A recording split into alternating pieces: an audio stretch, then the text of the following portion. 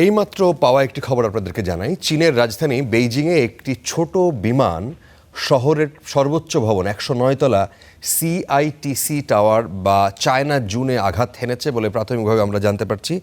এবং সেখান থেকে দেখা যাচ্ছে যে সামাজিক যোগাযোগ মাধ্যমে ছড়িয়ে পড়ছে একটি ভিডিও।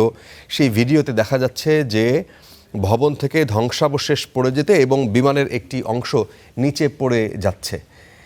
এই ঘটনার পর এই ভবনটি থেকে সবাইকে নামিয়ে এবং নিরাপদে সরিয়ে নেওয়া হচ্ছে।